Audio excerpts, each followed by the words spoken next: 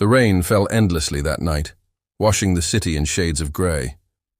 From the rooftop, Peter watched the lights blur beneath the storm, his reflection rippling in every drop. His mask hung loosely in his hand, torn and blood-stained, a reminder of the fight that wasn't just outside, but within. The man behind the mask was tired, and for the first time in years, afraid of himself. He had saved countless lives, yet lately every rescue felt hollow. The screams he couldn't silence were not from others, but from his own memories. Uncle Ben's voice, Gwen's fall, May's tears. Every loss had carved something out of him, and now he wasn't sure what was left. Heroes weren't supposed to feel hatred, yet that was all he felt. The city below kept moving, unaware of the war raging inside its protector. Peter clenched his fists, feeling that familiar rage pulse through his veins, the same darkness that had been growing ever since that night. The night when the man responsible for everything he'd lost walked free. The night justice failed. He had promised himself he would never cross the line. But what happens when the line is the only thing holding you back from peace? Peter had replayed that question in his mind 1,000 times. Each time the answer grew darker. Each time, the monster inside him whispered louder. As lightning split the sky, his reflection changed. The man in the glass wasn't Peter anymore. His eyes were sharper, colder. His heart felt heavier, but his purpose clearer. He had been Spider-Man for the people. Tonight, he would be Spider-Man for himself. Somewhere deep down, he knew this wasn't justice. It was revenge, pure and merciless. But when pain becomes the only truth you know, morality becomes a luxury. Peter looked at the old photo of Gwen tucked in his suit. "I'm sorry," he whispered, not sure if it was to her or to himself. The streets below called to him like a confession waiting to be made. Every shadow, every alley, every scream, they were all a mirror of what he'd become. The Spider-Man the city once loved was fading. What remained was something else, something dangerous. As he put the mask back on, it didn't feel like armor. It felt like a curse tightening around his soul. The symbol once meant to protect now felt like a chain binding him to everything he wanted to forget. He wasn't sure if he wanted redemption anymore. Maybe he wanted release. The storm raged harder, almost as if the heavens were warning him. But Peter didn't look up.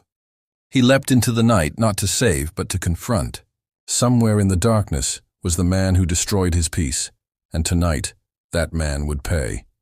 But what Peter didn't know was that this night wouldn't just change the city. It would change him forever. Because sometimes, the monster you chase is the one already living inside you. Peter landed in the middle of a deserted street, the echo of his footsteps drowned beneath the roaring storm. Every corner he turned, every shadow he passed, carried the memory of pain. He wasn't hunting a man anymore. He was chasing closure, something that had evaded him for years.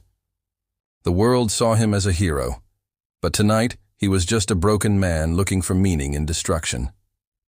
His mind kept flashing back to that night, the gunshot, the scream, the blood. The man who had killed his uncle now lived freely under a new name, protected by the same law that once promised justice. Peter had watched from afar, powerless, as that man smiled on the news. Each smile felt like a dagger twisting deeper into his chest. He had forgiven the world before, but this time was different. Forgiveness felt empty when the same pain kept repeating itself. His heart had become a graveyard of promises. Promises that he would rise above hate, that he would never lose himself. But one by one, those promises were buried beneath guilt and anger. He reached an old warehouse near the docks, the last known hideout of his target. The lights flickered weakly, casting long shadows that danced across the wet pavement. Peter could feel his pulse quicken, the rage whispering again. End it. Once and for all. He closed his eyes for a moment, feeling the weight of what he was about to do. Inside, the air was thick with rust, oil, and fear. His spider sense didn't need to warn him. He already knew the man was there. The figure stood in the corner, older, frailer, unaware that the ghost of his past had come for him. Peter's hands trembled, not from fear, but from the restraint he was fighting to maintain. The man turned, startled, and for a second, their eyes met. Peter saw no monster, no demon, just a man. A man who looked haunted, scared, maybe even sorry. But the monster inside Peter didn't care. His memories were louder than the truth in front of him. The rage took over and he lunged. Every punch he threw carried years of pain. Each hit was a scream for everyone he had lost. He wasn't fighting for justice anymore. He was fighting against his own reflection. The man begged, tried to speak, but Peter couldn't hear him over the storm roaring inside his chest. Finally, as his fist stopped inches from the man's face, he froze. The world went silent. In that stillness, Peter saw himself, a trembling shadow standing over someone weaker. He had become everything he promised he'd never be. The realization hit harder than any blow could. He stepped back, his breath heavy, his mask soaked with rain and regret. The man crawled away, terrified, and Peter let him. The rage that once felt like power now felt like poison. He wanted to scream, but all that came out was silence. Outside, lightning flashed again, and for the first time, Peter didn't feel like Spider-Man. He felt like a man who had lost control of his soul, and as he vanished into the night, he realized, vengeance doesn't silence pain. It feeds it. The city slept restlessly as Peter stood on the edge of another rooftop, the wind cutting cold across his face. He looked down at his trembling hands, the same hands that once saved lives, now stained with the memory of what almost happened. His heart was a battlefield where guilt and anger refused to surrender. The rain couldn't wash away the feeling that something inside him had already died. He replayed the scene over and over, the man's eyes, the fear, the desperation. Peter had seen that same fear in the faces of criminals he'd caught before, but this time, it wasn't justice that put it there. It was him. That realization tore through his chest like glass. He wanted to believe he'd stopped himself in time, but deep down, he knew he'd already crossed a line.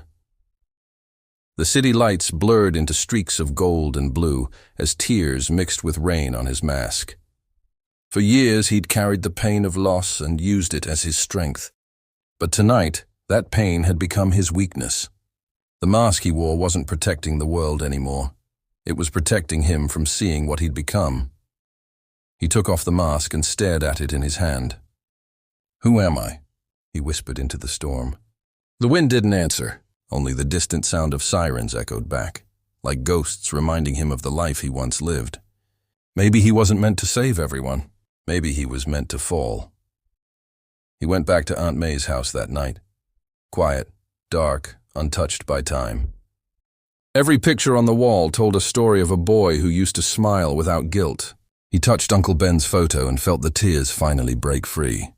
"I almost became the man you warned me about," he said softly, voice shaking. "I thought I was fighting evil, but it's been inside me all along."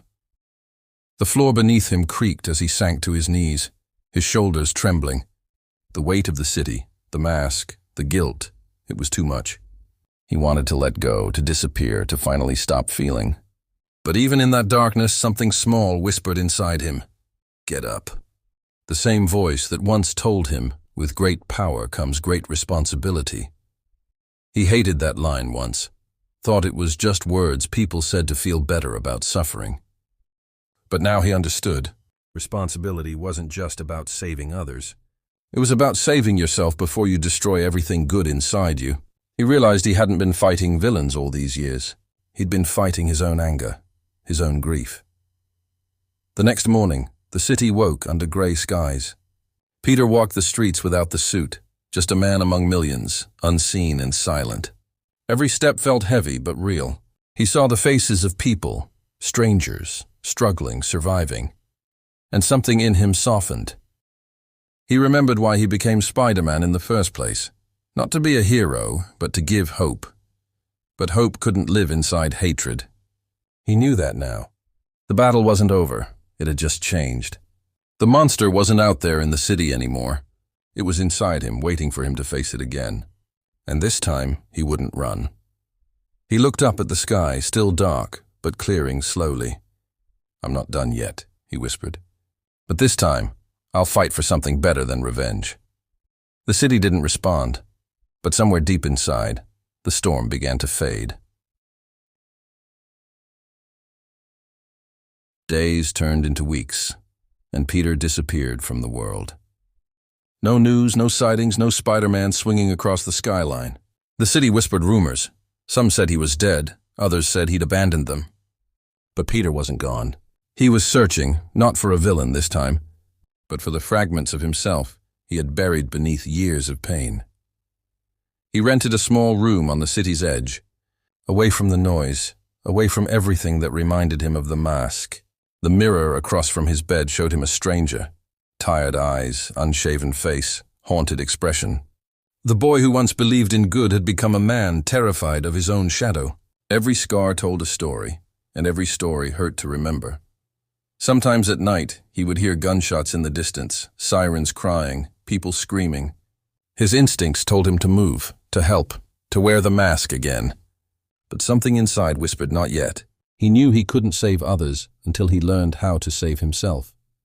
He spent his days walking among the people he once watched from rooftops. He saw their struggles. Parents working double shifts, children playing in broken streets, strangers sharing what little they had. And for the first time in years, Peter saw what true strength looked like. It wasn't in power or revenge or victory. It was in endurance, in compassion. One evening, he helped a young boy fix his broken bicycle near the corner of a grocery store.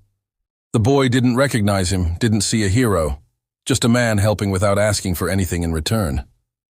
"Thanks, mister," the boy smiled. Peter nodded, but inside something shifted. It was small, quiet, like the first crack of light after a long storm. That night, Peter wrote in his old notebook, something he hadn't touched in years. "Power doesn't define you," he wrote. "Choices do. Every time we choose anger, we lose a part of ourselves. Every time we choose compassion, we rebuild what we lost." The words didn't erase his guilt, but they gave it meaning. He thought about putting the suit away forever, burying Spider-Man with the man he used to be. But deep down, he knew that running from the mask wouldn't heal him. Facing it would. The monster within wasn't his enemy anymore. It was his teacher. It had shown him what unchecked pain could do. Now, it was time to master it. One morning, he stood before the mirror again, holding the mask. The reflection didn't frighten him this time. He saw the same eyes, but softer, not filled with rage, but with understanding. "I'm not perfect," he said quietly. "But maybe that's the point. Heroes aren't born in light. They're built in darkness." He put the mask back on, not to hide, but to remember. The city needed Spider-Man. But more than that, Peter needed to forgive himself. The suit wasn't a curse. It was a choice. And this time, he was choosing it not out of pain, but purpose. As he stepped onto the rooftop again, the wind felt different, calmer, almost welcoming. The city still hurt, the world still burned, but Peter finally understood. True strength isn't the absence of pain. It's the courage to face it and keep moving forward. The city greeted him with silence as Peter swung once again through the skyline. Every familiar streetlight, every window he passed, carried a memory, some of triumph, others of regret. But this time his heart didn't race with anger or guilt. There was peace in the rhythm of the wind, a calm in knowing he wasn't running from himself anymore. He was facing it, one heartbeat at a time. He landed on a rooftop overlooking the very warehouse where his rage had nearly destroyed him. The broken glass still glimmered faintly below, like the remains of a shattered soul. He stood there for a long time, the rain tapping softly against his mask. This was where the monster had almost won, but not tonight. Tonight, he wasn't the same man who walked into that storm. As he stared at the building, he thought about the man he had spared, the one he'd nearly killed. He didn't know where that man was now, or what became of him, but he hoped he had found a second chance too. Maybe mercy didn't erase the past, but it allowed both the victim and the sinner to live long enough to change. A voice echoed faintly from behind him, a police radio, calling for help near the East Bridge. A car accident, 2 lives trapped. It wasn't a battle against crime, just an ordinary tragedy. And yet that was where Spider-Man truly belonged. Not in revenge, but in rescue. Without hesitation, Peter leapt toward the call. The bridge was chaos when he arrived. Flames rose from the wreckage, smoke thick and blinding. A little girl cried from the back seat, her mother pinned under twisted metal. Time slowed as Peter moved through the fire. He didn't think. He didn't hesitate. He just acted. Every move was guided not by rage, but by love. The very thing he'd forgotten how to feel. When he pulled them free, the woman looked up at him, coughing, terrified. "Who are you?" she whispered. For a moment he didn't know how to answer. Then he smiled faintly beneath the mask. "Someone who almost forgot why saving people matters," he said, before vanishing into the smoke. As he stood atop the bridge, watching firefighters rush in, something inside him eased. The world didn't need a perfect hero. It needed someone willing to keep trying even after breaking. He realized that the monster within him would never fully disappear. But maybe that was okay. Maybe strength wasn't about erasing darkness, but learning to live with it without letting it win. The next day, Peter visited Uncle Ben's grave for the first time in years. The city was quiet, the sky painted in soft hues of dawn. He placed his mask beside the headstone and whispered, "I finally understand now. True strength isn't in what we fight. It's in what we choose to protect." The wind brushed past him gently, almost as if the universe had been waiting for those words. Peter stood there for a while, the weight in his chest lighter than it had been in years. The monster inside him had a voice once, loud, cruel, unforgiving. Now it was silent, and in that silence Peter found peace. As he walked away, the mask in his hand shimmered under the morning light. It no longer looked like a burden. It looked like a promise, that no matter how many times the world breaks him, he would rise again. Not as a symbol of power, but as a reminder of what it means to be human. Weeks passed, and the city slowly began to heal. Crime never vanished, pain never ended, but something in the air felt different. Spider-Man had returned, not as a shadow of vengeance, but as a symbol of quiet resilience. People whispered stories about how he saved without anger, how he fought without hate. The world saw the same hero, only Peter knew the man beneath had changed forever. He moved through the nights with calm precision, no longer fueled by guilt, but by purpose. Every rescue, every life he touched reminded him that strength wasn't measured in power or victory. It was found in restraint, in forgiveness, in choosing light when darkness was easier. He wasn't fighting monsters anymore. He was walking beside them, understanding their pain, refusing to let his own consume him again. One evening, after stopping a mugging, he found himself face to face with the same man he had once nearly killed. Older, frailer, but alive. Their eyes met under the dim glow of a streetlight. The man stepped closer, trembling, then whispered, "You spared me that night. I turned myself in. I've been trying to make things right ever since." Peter froze, the moment heavy with everything unspoken. The hatred that once ruled him was gone. What replaced it wasn't forgiveness for the man. It was forgiveness for himself. "Then make it count," Peter said softly. The man nodded, tears in his eyes before walking away into the rain. And just like that, the last shadow in Peter's heart began to fade. He stood there, looking at the city, broken yet beautiful, much like himself. For so long he thought being strong meant never breaking, but now he understood that real strength came from surviving the break and still choosing to stand. Every scar was a story, every wound a lesson. Pain hadn't destroyed him, it had refined him. As dawn approached, Peter removed his mask and let the morning light touch his face. He could feel warmth again, not from the sun but from within. For the first time in years, he wasn't haunted by the past. He had made peace with it. The monster within wasn't his enemy anymore. It was the reason he learned compassion, humility, and forgiveness. He whispered to the wind, as if speaking to everyone he'd lost, Uncle Ben, Gwen, May. "I finally understand. True strength isn't about how hard you fight. It's about how deeply you can love, even after being broken."